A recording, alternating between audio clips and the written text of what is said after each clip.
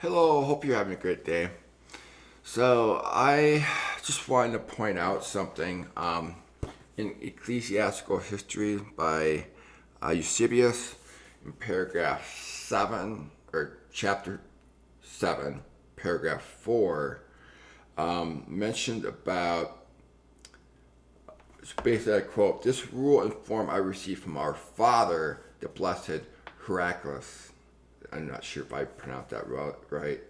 But so somebody trying to say, "Oh, this person was pope," because the word father, the Greek word father here, is just the same Greek word for pope. And so I started looking into that a little bit. So that's number 13 here. And these are the list of people that are considered pope in Alexandria. Alrighty. At the same time, you have Rome claiming to have popes. At the same time. So if you go to the 13th pope there, that was Saint Eleutherius. Okay. So, and then the 13th pope here was Heraclius. Alrighty. And then Heraclius was around 232 to 248. And then you go to 232 to 248. It's not listed there. You had different people pope. So you had people competing for the title of pope, apparently. But is that really true? If you watch this video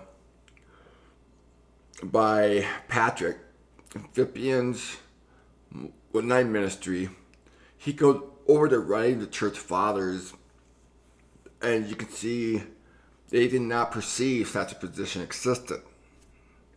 And you also had the problem of the emperor acting as Pontiff Maximus. Goes all the way back to the very first emperor we know of, Julius Caesar. He was the Pontiff Maximus. So he was really the Pope. The emperors were. They were the ones that had the final authority over doctrine, over religious matters.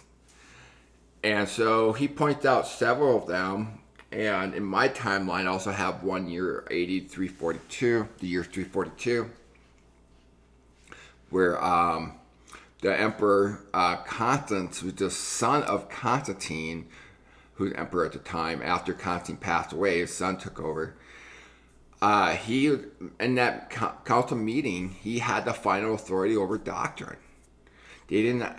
You have a situation where the emperors having the final authority, being the Pontiff Maximus, that chances are you do not have a pope. And we're talking matters of Christianity here, the church. So it's disturbing when you have a list here claiming they were popes, and you got a list here claiming they were popes, and then you go to actually writing the church fathers about their perception of such a position. It suggests that there was no such position. Can you see why there's problems? We have to exercise discernment in reading church history. You can't be just so gullible and gobble up like cotton candy like so many Catholic apologists do. You gotta exercise discernment. And so here's one: forgotten pope who was secretly a heretic. You know. Okay. So anyway, anyway, so the point of this video, you can see we have to exercise discernment. Yeah, I don't see much of that in the Catholic apologists and Orthodox as well, whether Greek or Oriental Orthodox. And of course, some Protestant camps too. It's not a whole lot of discernment as well. But especially the Orthodox and Catholic camp. They just, you even have Jimmy Akin writing a book, The Fathers Know Best. Not a whole lot of wisdom there, in my humble opinion, okay? But anyway, that's all I want to share. Hopefully this illustrates to you that we really need to exercise discernment. You know, you got two different lists, and